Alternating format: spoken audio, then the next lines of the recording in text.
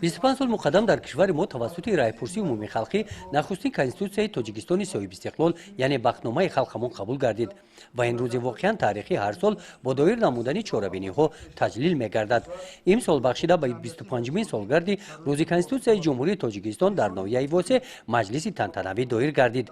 در آغاز اجرا کننده وظیفه رئیس ناحیه شربت الله عزیزالله ساکنان ناحیه را بخشیده به روز کنستیتوسیای جمهوری تاجیکستان تبریک نموده ذکر نمودند که ما در دوران استقلال با وجود مشکلات و مانع‌های زیاد با شرافت احترام و عملی شوی معیارهای کنستیتوسیا توانستیم جامعه بنیاد نماییم که در آن فضای آزاد و دموکراتی حکم فرما و ثبات سیاسی و وحدت ملی پیشرفت بی‌میلان و پایداری و برداوامی امروز و آینده ملت تامین گردیده است.